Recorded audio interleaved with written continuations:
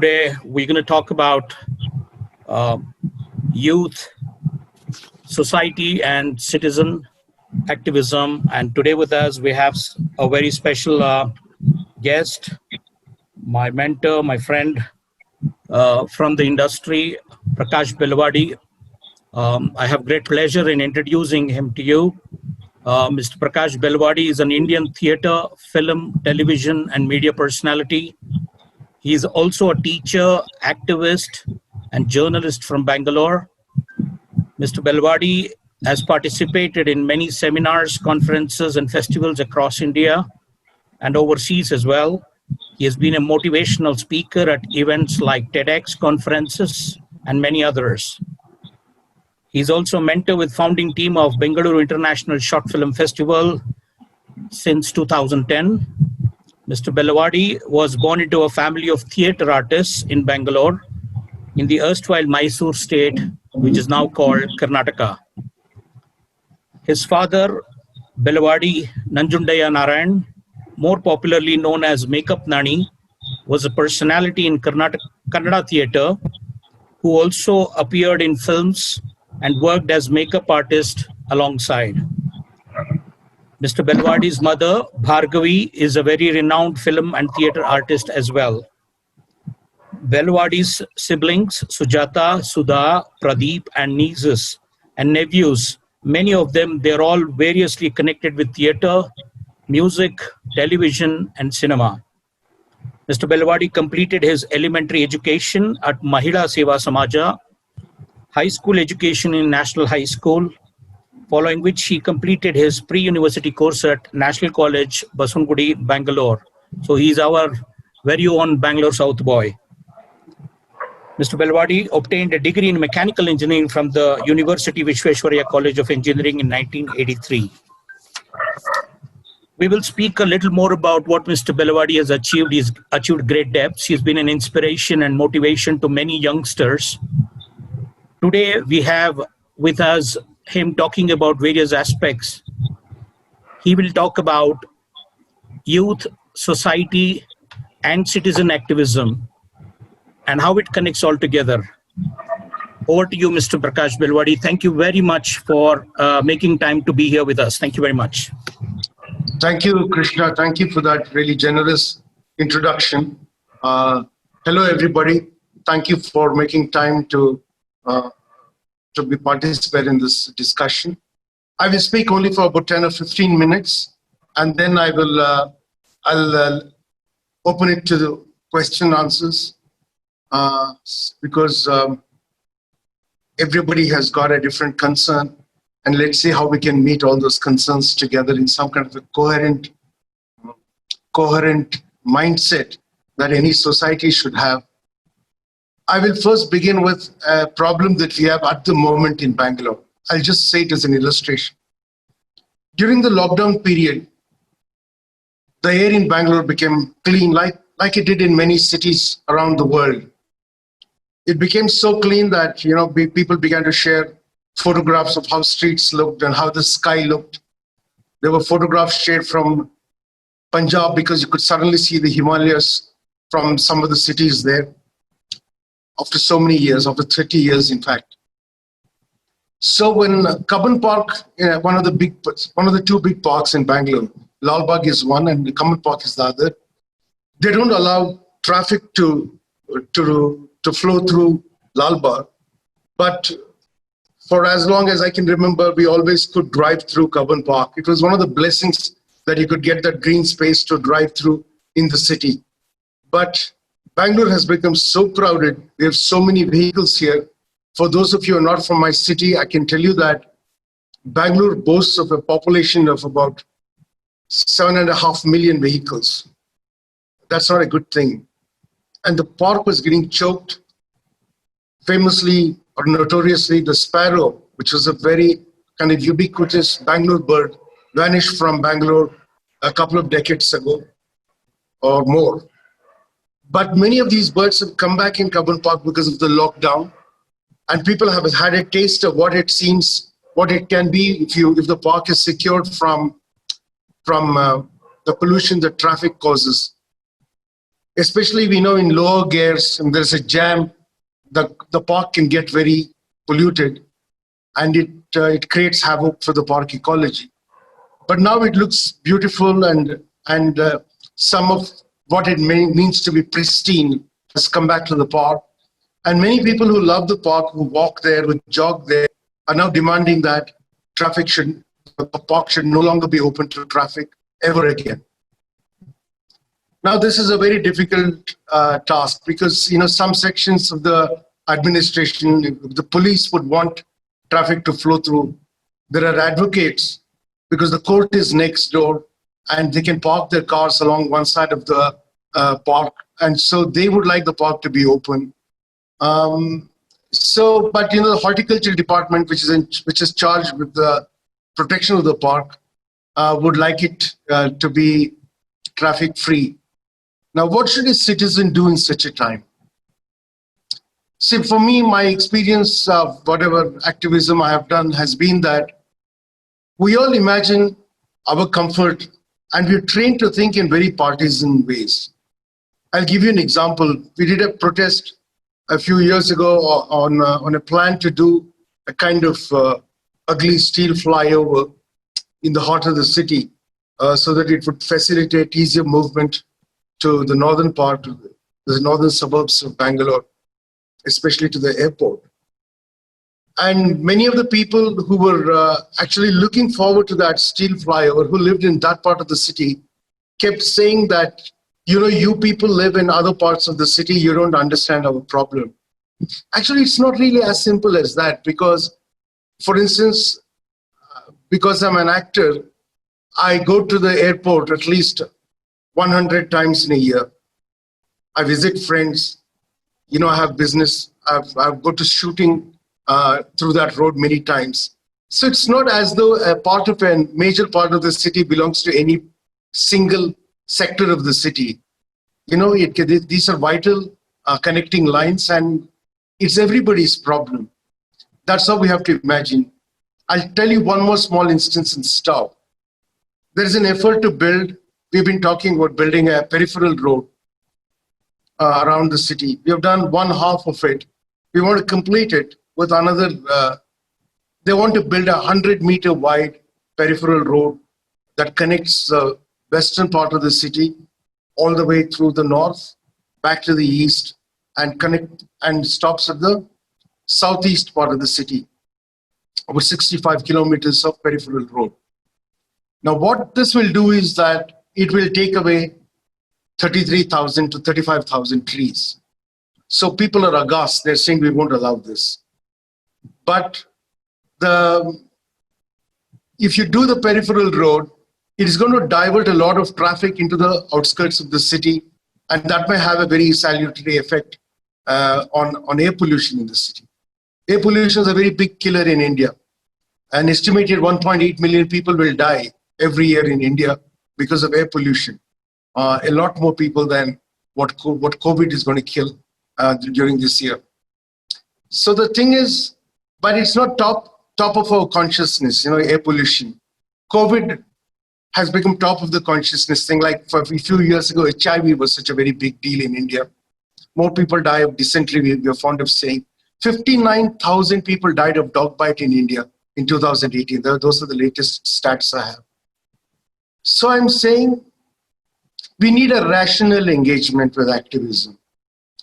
I think we cannot hand over activism to professional activists.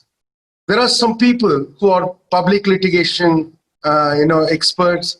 There are NGOs that actually constantly go to court or organize protests over one issue or the other, whatever their pet peeves are or whatever their pet concerns are.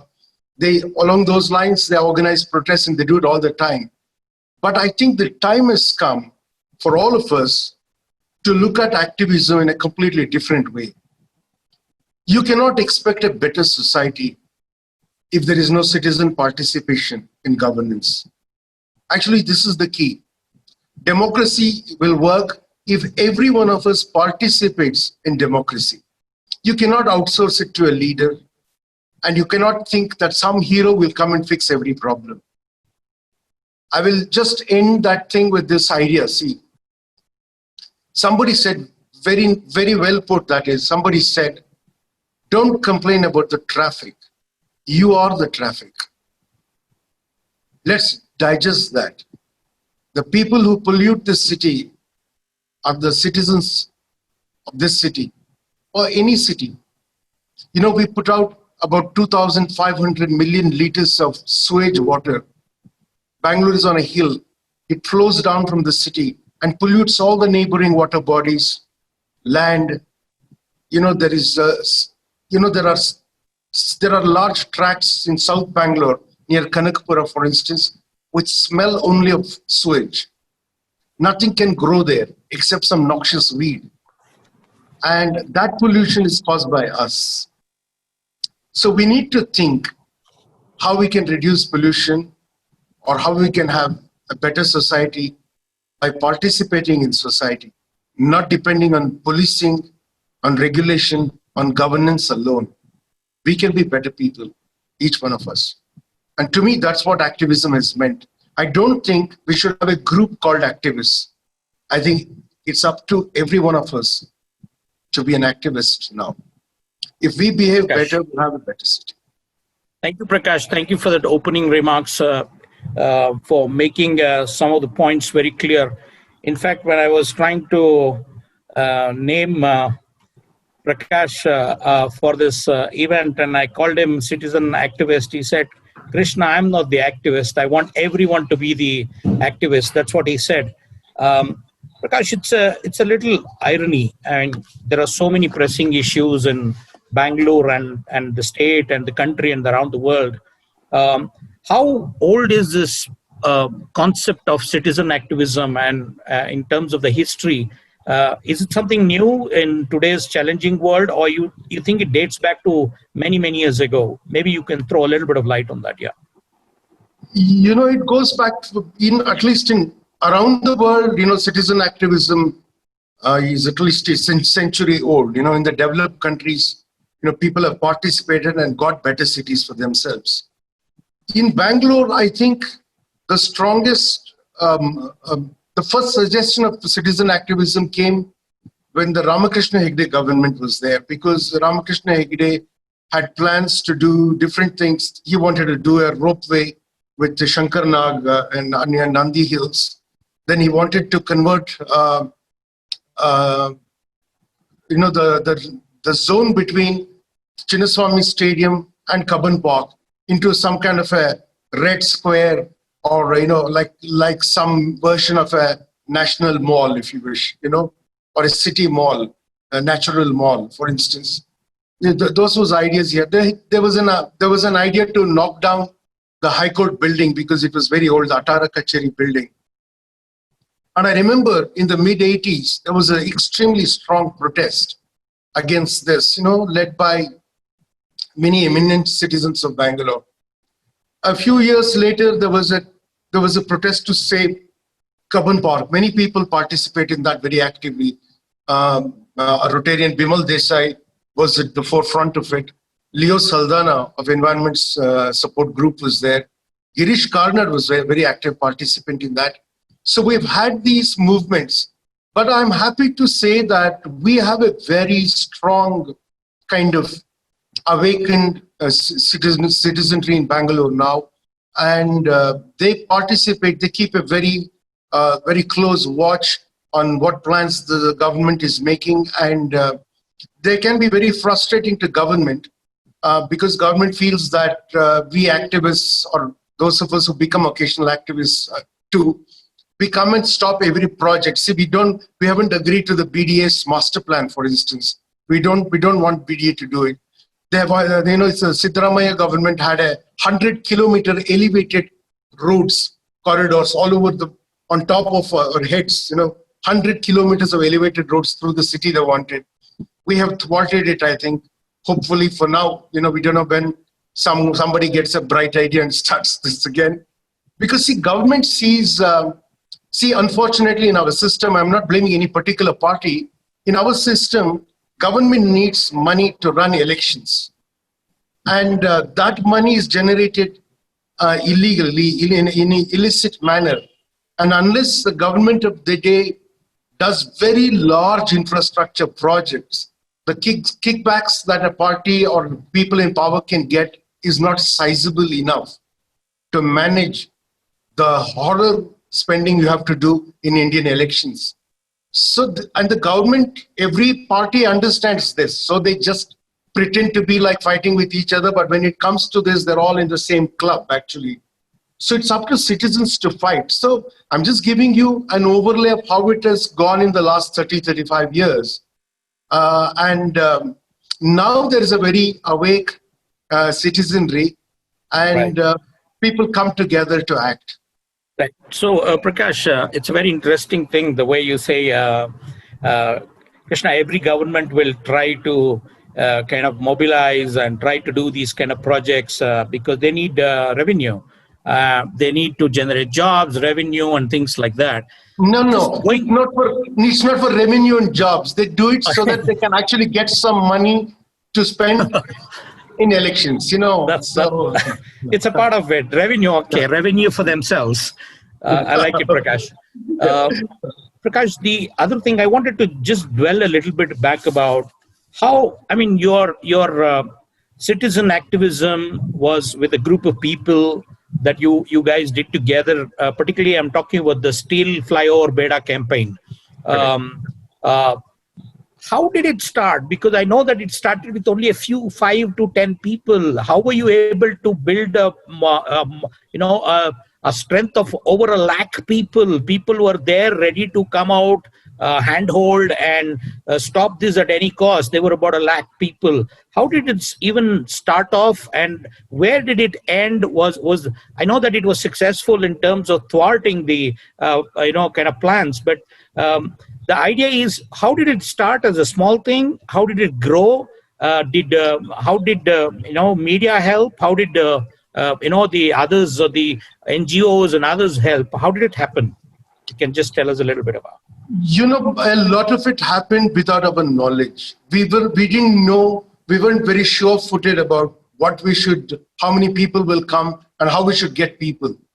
In fact, it began in a very small way, because this idea came up, and some of us were discussing this, on social media. And I kind of casually mentioned to Naresh Narasimhan on Facebook that let's have a meeting at your office on such and such a day. So some people responded to that saying, we also will come that day. So a dozen people turned up, Priya Rajgopal Chetty, Sandhya Mendonza, there was Srinivas Alavelli, Tara Krishna Swami. All these are now big names in the citizen activist in that zone. But at that time, we all came. We had a meeting, and we made this decision. There was this girl, Deepthi Sudhindra, and we made this decision that we will do a human chain. We'll do a human chain along the stretch where the steel flyover was going to come. But we didn't know that we could get so many people. So we decided that we will try and mobilize at least 1,000 people. So there were 8 or 10 of us, and we said each of us will try and make contact with 100 people and try to get them.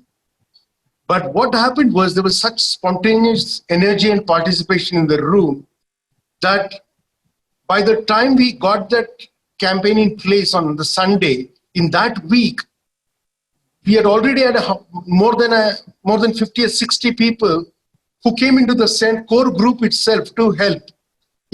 Ravichandran came, and he was of great help. Many people joined. It kind of became a bigger protest than we had anticipated, and we had to go and take help from the police to take permission to congregate there. It is when we went to the police station to take permission that the police told us, you have to take permission from 4 stations. And we said, why? We're just maybe 500, 600 people who will meet at Chalukya Circle and will make a human chain ring there. The police said, our intelligence says that there will be 10,000 people. We couldn't believe it, And sure enough, it created so much excitement. There were people contributing cartoons all the time. I mean, led by the indefatigable, fantastic Nala Ponnappa. Many amateur cartoonists also joined, and we had cartoons published and shared virally on social media every day. We had a Twitter campaign going. We started trending on Twitter many times, even before the human chain happened. We had hundreds of people participating with the data, with with anecdotes, and and their ideas on social media and Facebook. And somebody began to do videos of like motivational videos. They got us to talk, and those videos went viral. The thousands and thousands of shares they had, hundreds of thousands. I'm sure there were majority of them were youth, Prakash. All young people. That is the famous thing there. And another thing they did is, I'll tell you. That film, that Downfall is there, the Nazi war film. There is that famous scene with Hitler. It is spoofed many times.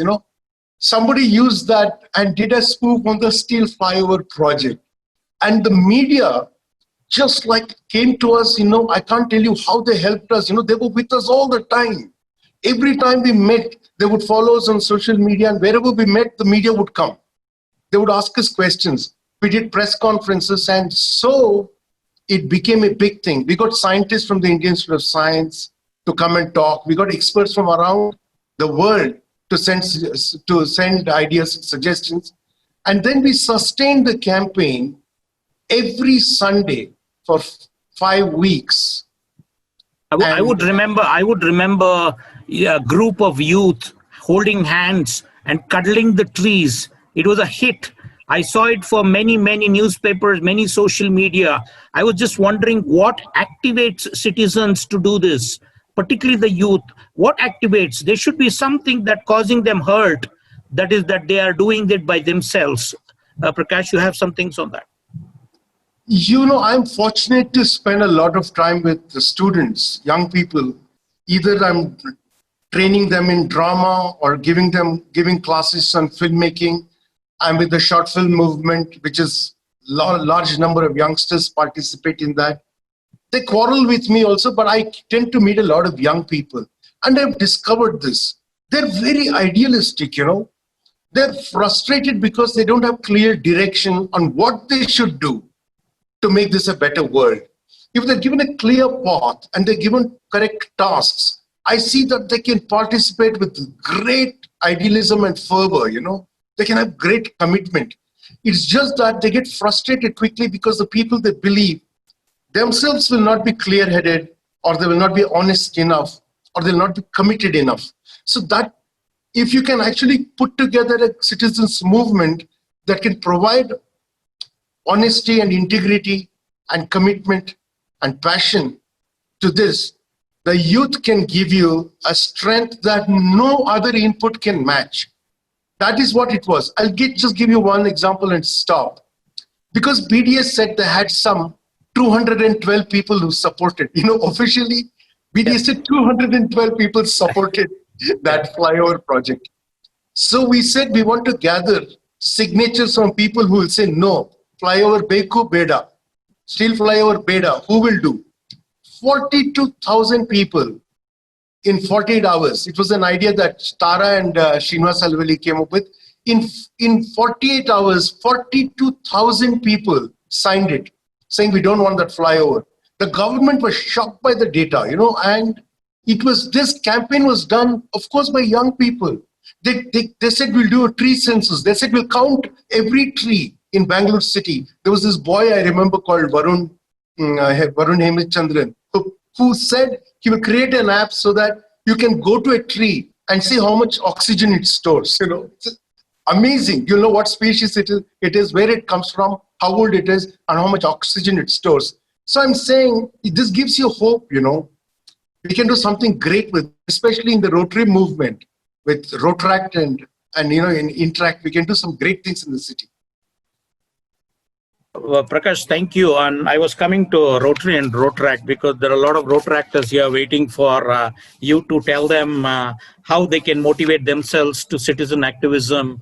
Where does it start? And at the end of the system, so there should be some inspiration. I mean, at one point of time, you were young yourself. and you were a youth, and somewhere if you were to appreciate and promote citizen activism for the betterment of the society and the democracy, there should be somewhere your own characteristics. Do you remember the time where it actually inspired you during your college days or younger days? Were you always this active even when you were a young citizen? Of course, you are young now. Thanks, Krishna. But I was very active politically. I was kind of awakened politically because we all grew up we were all teenagers when the emergency was imposed in India, and we were shocked by it. So today's generation won't remember that, won't know that, but the emergency was a very big wake-up call for us when we were young. And because I came from a theatre family, in the 70s, there was a kind of renaissance in Bangalore city. New journalism, new literature. Lankesh did new journalism. Lankesh organized a set of new plays, in the backyard of Ravindra Kalakshetra. They got on the same festival of three plays. They got Karnad, Kambar, Karant, and Simha acted in those plays. It was a fantastic event, that thing. And we had new cinema, we had new theater. And because it was such a intellectual churn was there, when the emergency came, new theater happened, which had a lot of fervor and energy. And we were heavily influenced by that. So my first activism was political. But this environmental thing, I sort of woke up to it very late. Maybe 2003, 2004, when Bangalore was planning to do the metro. We tried, Vedam Jaishankar, he's a Rotarian. He and I were running a small paper called Bangalore RYSE, a weekly paper. And we tried to organize a hearing in 3 or 4 places in Bangalore so that we can compel the government to take the entire metro underground. Because the difference was 3,000 crores. Overground would be 3,600 crores or something, but underground would be 6,200 crores. Those were the initial estimates. And we said it's worth it to take it underground and spend that money. But nobody came, especially Kannada intellectuals, Kannada activists of theatre. I feel shocked by that, from the 70s to the new millennium, how in those 30 years an entire generation lost its idealism and vigor, Not one Kannadiga of importance participated in that. The meetings were attended by maybe 20, 30 people. And the government went ahead. They took the loan from Japan. And when they started doing the soil tests, everybody woke up and said metro should grow underground. But it was too late in the day because we should have done it earlier. So what I'm telling the youngsters, first thing is be sensitive and alert. The earlier you catch this, the more, it's like any disease, quick diagnosis, very quick treatment. If you snip it in the bud, it's less expensive. You can't do it when the government has taken a big loan and it's going to do it because the courts will strike it down. They will say, what were you doing all these years? The court will say. So you must be alert. That is the first lesson, And I think I woke up too late.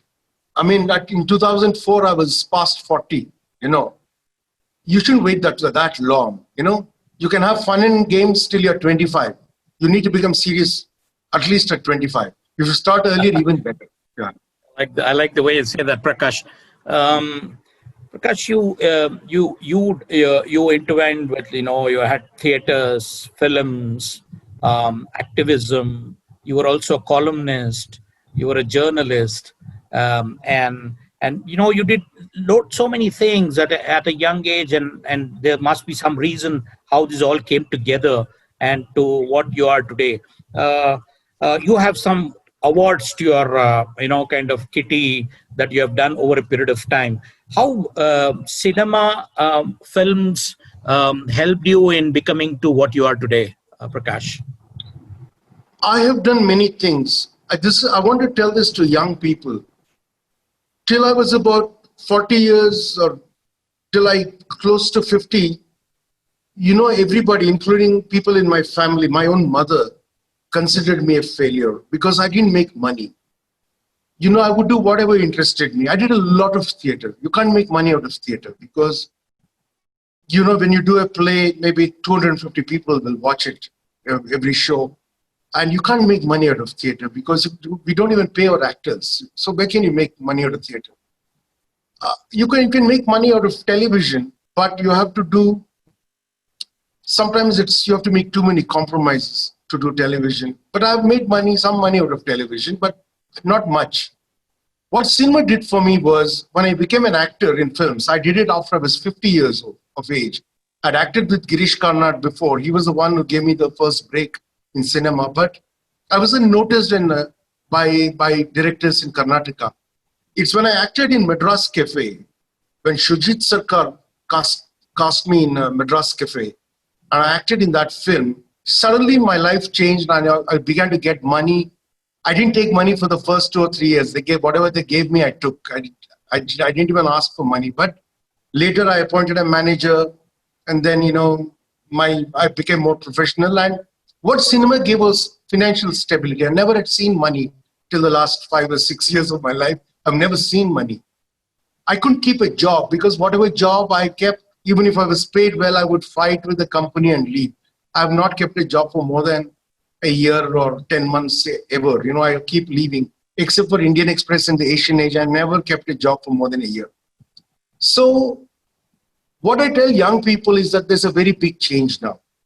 Look at the national education policy. They're saying, we will break down the walls between the humanities and the sciences.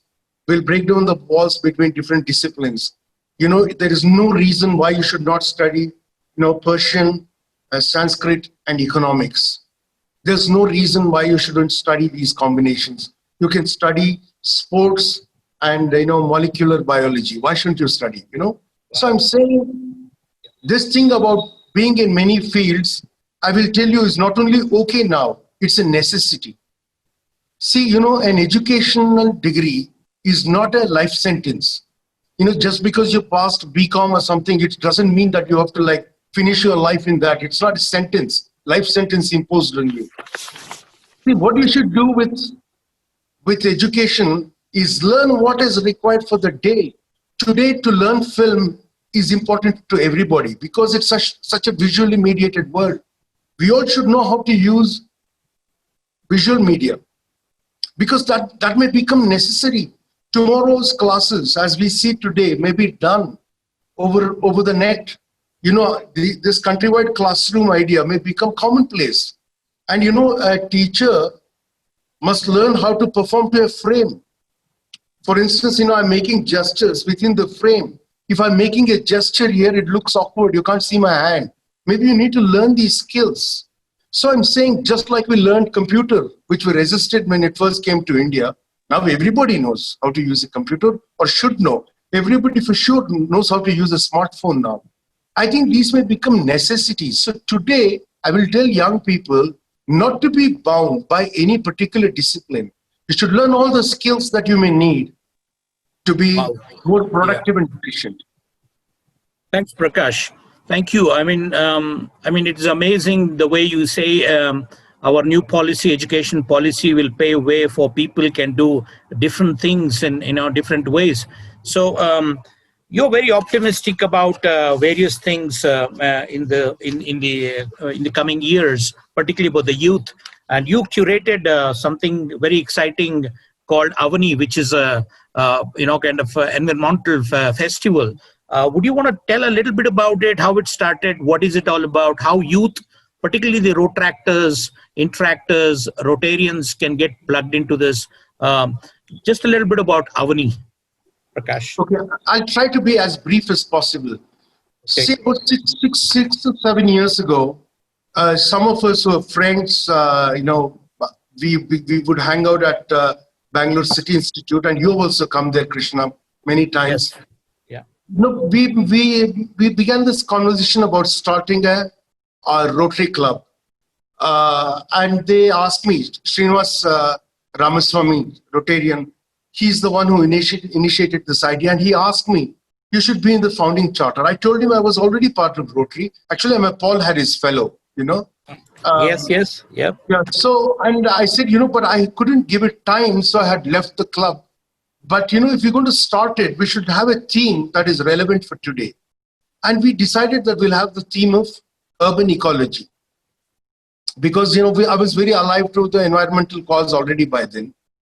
And we started this Bangalore Rotary Club of Bengaluru, Lalbagh, with the theme of urban ecology.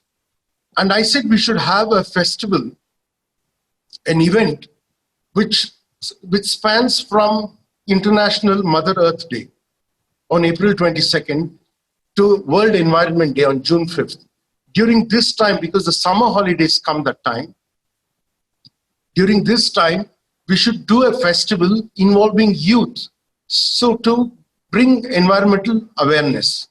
And we should call it Avani, the name we gave, because Avani means earth, Mother Earth. Because we started it on International Mother Earth Day, we wanted to call it Avani.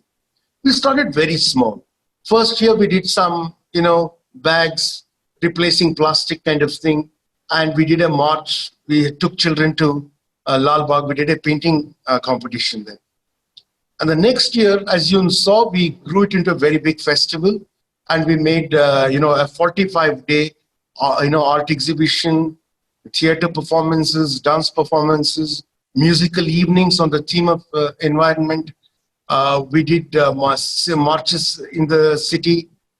We did entertainment programs. We did talks, Avani talks. And we decided to do some interventions. We adopted a lake, which we thought we will rejuvenate. But the government, BBMP has some plans, so it's taking time, but we will do that.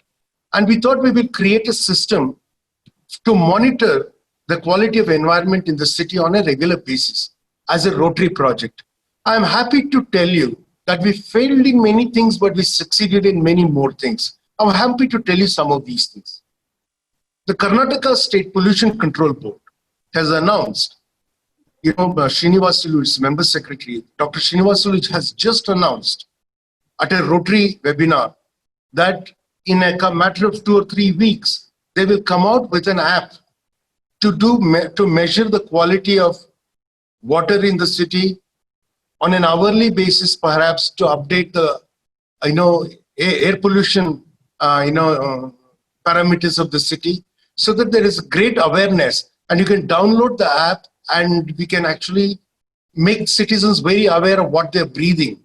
Because, people don't realize that the biggest killer that we have in the city is actually air pollution. Nothing gives us as much disease in the city as air pollution. We need to do something about this. There's an oxygen deficit in Bangalore city. So that thing is going to happen.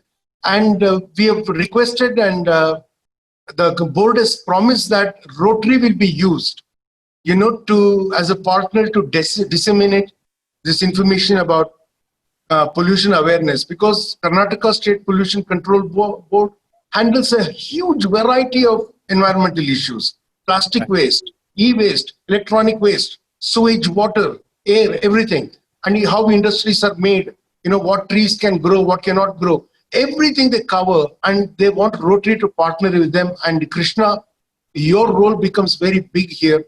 I really look forward to working closely with you on this. Still have plenty of time this year, not much for many years, but plenty of time for the rest of the year, 10 months to go. I think we will be very pleased to communicate, and our Rotractors are raring to go, Prakash, I can tell you. It's just the COVID-19 situation. Yeah. I just want to make one more announcement. I want to tell you this. Yeah. See, Avani has now been, has been adopted as a district program.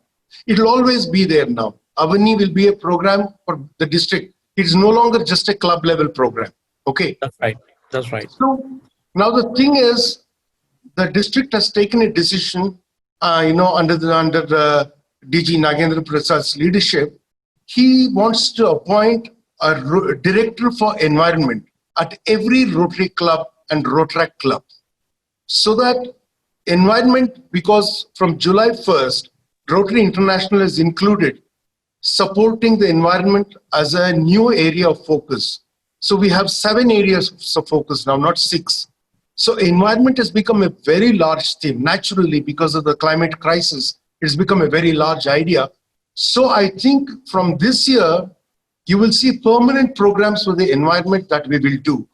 And one of the big projects we will do at the end of this year, hopefully in April, COVID, we are free of COVID. We will do an exhibition in association with FKCCI, with CREDI, to showcase best practices, in industry and best practices in building industry, so that we recognize and reward people who are adopting green practices. And the Pollution Control Board wants to reward resident welfare communities everywhere, associations in apartment complexes particularly, to measure them for their water use, for their sewage treatment, for their cleanliness and environmental health, to recognize and reward these complexes. These are great ideas, and Rotary is ideally placed because we're all over the city to do this very well. All over the world, actually. So we can, yeah. So Prakash, thank you. I make asking people to ask me questions, ask Prakash questions, if you can send questions, but I have one right away. We have people participating from Bangladesh, Pakistan, and a few other countries around the world. One question comes in is that Rotary is well positioned with Rotractors can actually add value, and Rotary can add value in conflict resolutions. As citizens of different countries, what can youth do or undo things in resolution of conflicts, particularly from the citizen activism point of view, right? See, particularly in the area of conflict resolution, I'm appealing to our immediate neighboring countries. The nation state in the history of humanity is a very recent idea. The French thought of the nation state. Otherwise we didn't have nation states. I don't think it's such a great idea to have nation states. It may seem like a wrong thing to say today, but the dream of imagine the world without boundaries, when John Lennon sang, it's become even more necessary now for us to imagine ourselves as we share the 5 elements. We have one sky. We can have any number of religions and gods and political ideologies and any number of nations. We can keep making new nations every year if you want. But the thing is, we have one earth, one sky, one universe we have. We have the air I'm breathing now goes everywhere in the world. The moisture that rises somewhere deep in the Pacific, in the ocean, comes to us as monsoon clouds. Remember, hardly a few hundred years ago, we were just one country. We could freely move between each other's countries. In the past, wars were not fought in our part of the world between peoples. Wars were fought between kings and mercenary soldiers. People didn't go to fight. The farmer was left alone to do his work. Tradesmen were left alone to do their trade. If you look at our history of wars, we don't go and disturb them. We go to a field somewhere and fight. That's how wars were. Actually, let our politicians fight with each other. But we citizens don't have to fight with each other. We can be friendly. And that is the great role that Rotary International has been playing in the world. We can be friends. And we can create a new generation of young people who will not think in terms of fighting and scoring points against each other. They'll think about cooperating with each other so that we can enjoy the treasures that each country has, the skills that we have, the cultures that we have. We can share our cuisine, our dances, our music, our skills. We can talk to each other. I mean, why should we fight? We're not politicians. Why should we fight? Thank you, Prakash. Thank you for those words. I have one more question, probably maybe another 2, 3, then we can end as we're nearing the time. If there are anybody who would like to ask questions, please raise your hand or send your questions to Kalpana, or I'll try to unmute you. I can see some of my friends from Mumbai. Girish Ranade is here, and a few others are here. I have one more question, Prakash. Surakshit, a Rotractor from 3190, He's asking, government is doing a lot of farmland, building up into buildings. He feels that it's not the right thing to do. Where do you think this is heading? And is that the right thing to do? That's the question that he has. Yeah. I'll answer this laterally. When I used to do TV serials, once I did 4 pilot episodes for a channel, and I presented the 4 episodes and said, this is how the series is going to be. And the channel told me that they were going to check with, their sample public. They would test the episodes with a sample audience, cross section, and they will let me know what the feedback is. And they told me, you need to put this and you need to change this. And I thought some of those ideas were extremely strange. I said, if you don't mind, tell me what is the sample. They said 97 women and 3 men. That's what they told me. How is it a cross section? Okay.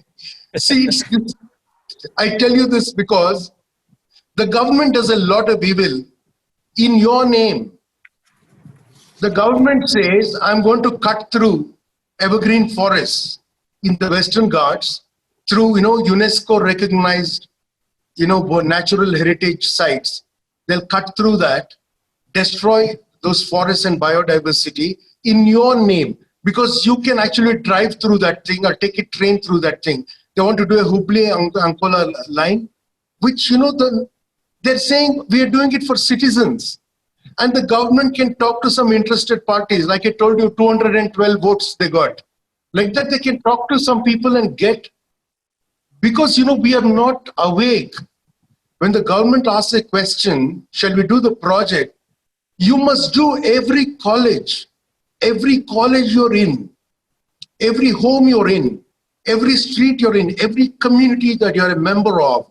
You must say, we will not allow this to happen. Only in a democracy, nobody is greater than the people. If you say we will not allow this, it won't happen. And I'm not talking a majoritarian idea here. My guru, Dr. H. Narasimha has said, in a mental hospital, the doctor is in a majority of 1, right? In a minority of 1. Does it mean the doctor is wrong? I'm saying we need to be aware. We must have data. We must have knowledge. We must be up to speed with this. And that is our role. And I pledge to you people, young people, that in the years to come, I will always be part of this Rotary Environment Movement. We are creating awareness will become our central goal, and the youth will be our best vehicles for dissemination. Thank you. Brilliant, Prakash. Finally, I just want to ask you a very nice question. Your debut film was included in the national telecast Doordarshan Best of India Cinemas series long time ago. And your serial Garva, which you wrote and directed in 2001, was still considered as one of the best classic among Kannada serials. You, by heart, you belong. I mean, you've done environment, you've done writing, journalism, you have done debates, you've just done many things, films, all that, but you still believe you belong to the stage, isn't it, Prakash? That's true. That's true. So, how does it feel like being traveled around and arriving it here? See, when you do theater, you don't get money, like I told you. But why do we do theater? You ask theater people, everyone considers theater artists, especially amateur theater artists, as crazy people. Because, they don't understand why they do this for years and years without money, without even recognition, Nobody actually has me. We are not good business people. Why do we do this? I'll tell you the great thing about theater. I do a play called Copenhagen, written by Michael Friend. We have done shows all over India.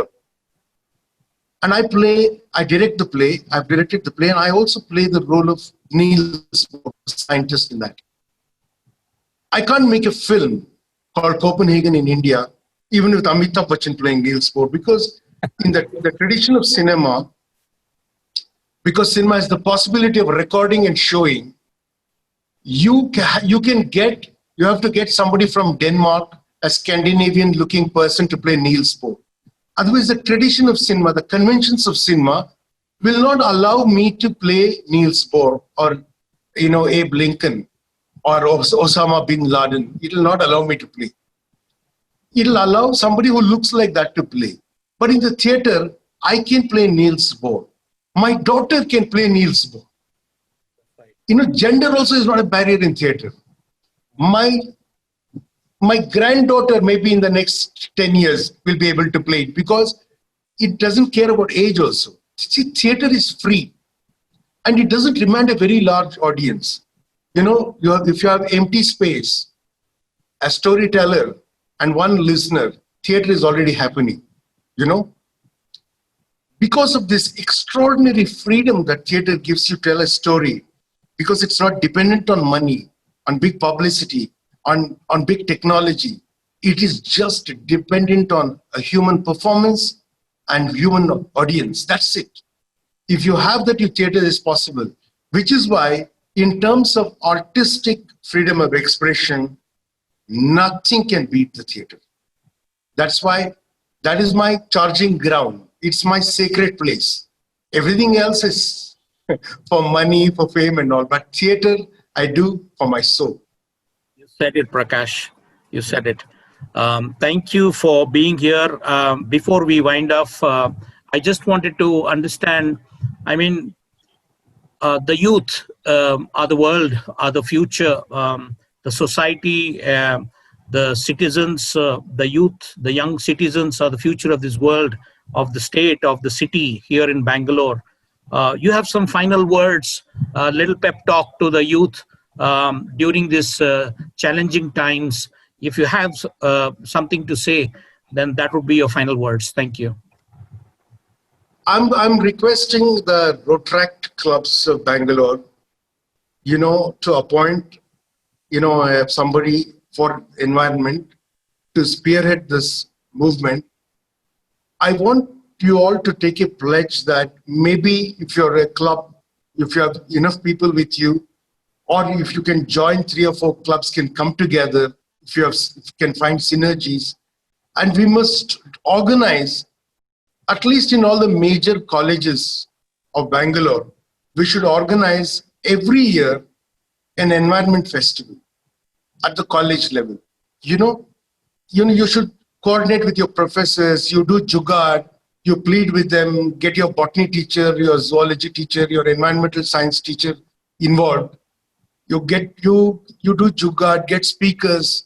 The combination should be very simple. Don't spend too much money. Don't stop thinking of raising funds all the time. Participation is everything. You must do 3 or 4 simple activities. One is you must do posters and paintings in the exhibition. You should show data. You should show poetry. You should do paintings. You should do an essay competition or a talk debate competition around environment. 3, you should organize a college level panel discussion, get stalwarts from different places in the city physically to come there and different places in the world to participate, on the internet. Create these mixed webinars so that every year you can create quality events that spread awareness, inculcate concern for the environment. It's a very big idea. We came from the 5 elements. We'll go back to the 5 elements. Does not matter what religion you are. From dust to dust, air to air, fire to fire. We will go back to the elements. We think that we are sacrificing, some trees so that actually we can drive faster to work. I'm saying it's better to drive slower to work perhaps, or live closer to where you work and save your lungs so you can live longer with a healthier life. So I'm asking young people to take environment as a prime concern. It is not some extracurricular, co-curricular, marginal activity. This is about life and death. It's as simple as that. And you must take it really seriously because nobody's going to save you. My generation screwed up. The generation before me also screwed up. It's up to you to save the world, to preserve what we can preserve now. Thank you, Prakash. Really, the final question to you. What can we expect in the next couple of years of your life? Is it film, cinema, theater, or politics? I will never do politics because I tried that and politics does not work for me. I'm not saying it's good or bad. I think somebody good has to do politics. Otherwise, the worst people will do it. I can't do politics because I have a natural barrier, which I realized when I try to do politics. I try to form a party and run it. The thing is, in politics, you will have to owe allegiance to the political party you're in. Not to the ideology, yeah.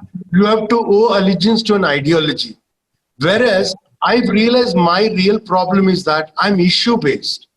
You have to take a side, you have to think and take a side on every single issue. You have to make a decision, you have to take a side.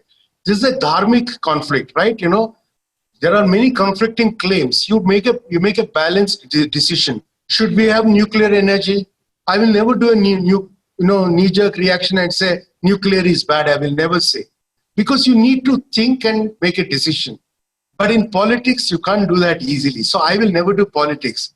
But all my politics will be this: theater, film, activism. So in the few years that I can be active now, this is what I'll do.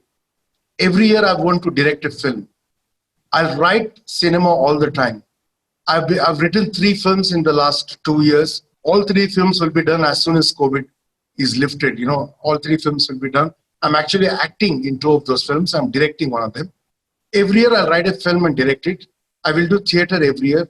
I've been called around the world to perform. So every year, whenever I get a chance, I'll go abroad and act in plays. And I will continue to be a green activist. I want to live simpler. I want to be more reclusive. Otherwise, I want to withdraw from social life and actually stay only in these modes, connect with people. This is my ambition for the next few years. Prakash, thank you very much for a wonderful evening. We have just ended on time.